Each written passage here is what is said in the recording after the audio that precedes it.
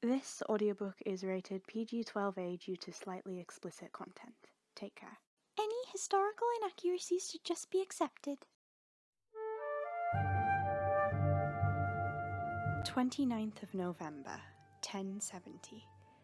It began like any other day, except it wasn't any other day. For this day was written to alter the pages of the future. 2 years since I first came here and I still don't fully know my way around the East Wing, the hostess laughed. She sat at a small brown table in a room adjacent the courtyard. The East Wing's easy, it's the West Wing that confuses me. Centurion laughed. He sat next to her upon the table. My chamber lies in the West Wing. I never have a reason to enter the East, she laughed, brushing her purple hair out of her face with her fingers. The sun shone into the courtyard and the office. It lit up an opposite room. It was a big room, decorated in all sorts of motifs and polished with a smooth floor. Marzi? Centurion asked. Uh-huh, Marzi nodded. Is that the palace ballroom? He noticed Lola and Naya dancing together in the solitary ballroom. 'Tis, although it's never been used. Not since I've been here. Marzi stood up. One emerald eye open, focused upon the ballroom. Her deep green dress rustled in the soft winter breeze. I think now it might be time to change that, she smiled.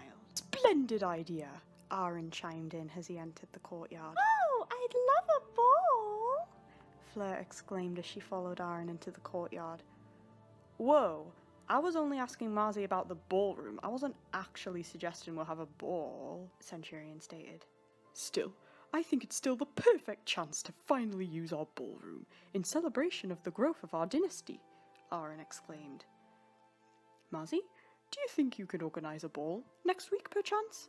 Hostess Marzi took out her red quill from behind her ear and began to write. Inviting every noble and below in the land, she declared. This is going to be fantastic, Aaron exclaimed. One problem, Centurion interrupted. I have no idea how to dance. Then I'll teach you, Fleur exclaimed, putting her hands in Centurion's and spinning around. So it's heel, toe, heel, toe, heel, toe, she went on. Centurion laughed out of discomfort as he played along. Just then, Crimson entered. Is Fleur teaching Centurion how to dance? She laughed. She is. We're having a ball next week. You'll have to know, Aaron laughed. I haven't been to a ball since the 1050s, she sighed. As have I. Better now than never again, Marzi laughed as she continued to write. Centurion sat down beside Marzi, his head spinning. Then it settled. A ball next week on the 5th. This is going to be fantastic.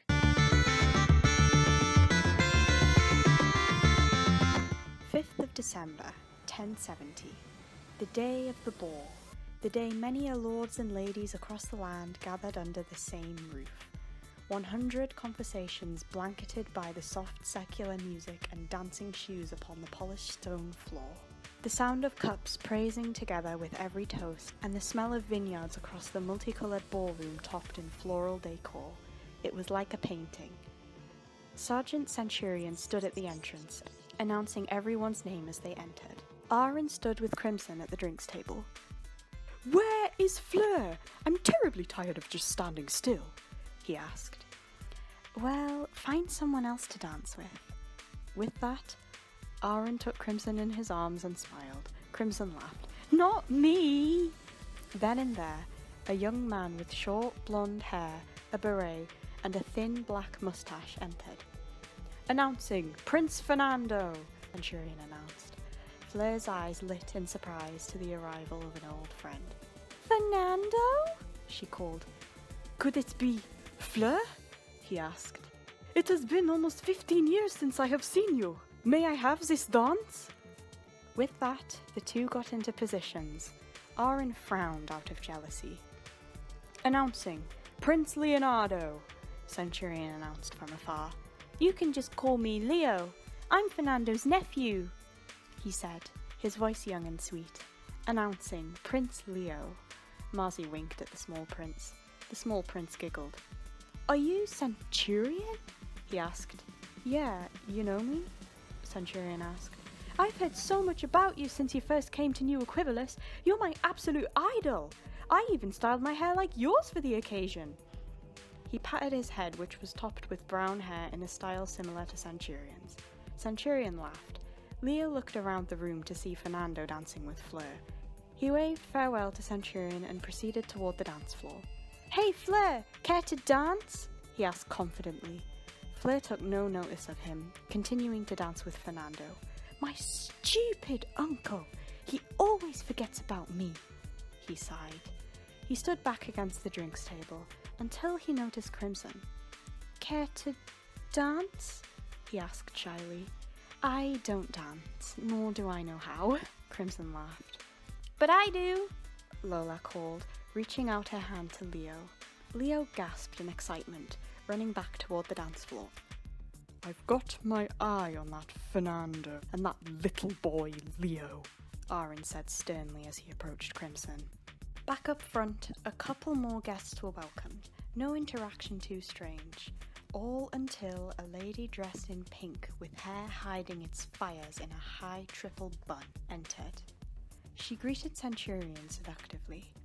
"Call me Lady Seren," she said. "And who might you be?" "Sergeant Centurion, but many call me Centurion," he said shyly. Seren pushed Marcy out the way slightly, her hair brushing against Marcy's face lightly. "Oh, you are so busted," Marcy stated as she walked away toward a food table on the other side. Back at the drinks table, Crimson took note of how Seren was looking at Centurion. The way she kept touching him made her feel so unwelcome. "Do you know who that is?" she asked Aaron. He nearly choked on his drink. "You mean her next to Centurion? It can't be," he began, running up to his stepsister. "Aaron? Fancy seeing you here," Seren began. "I was just telling lovely Centurion here how I just invested in a mansion across the city.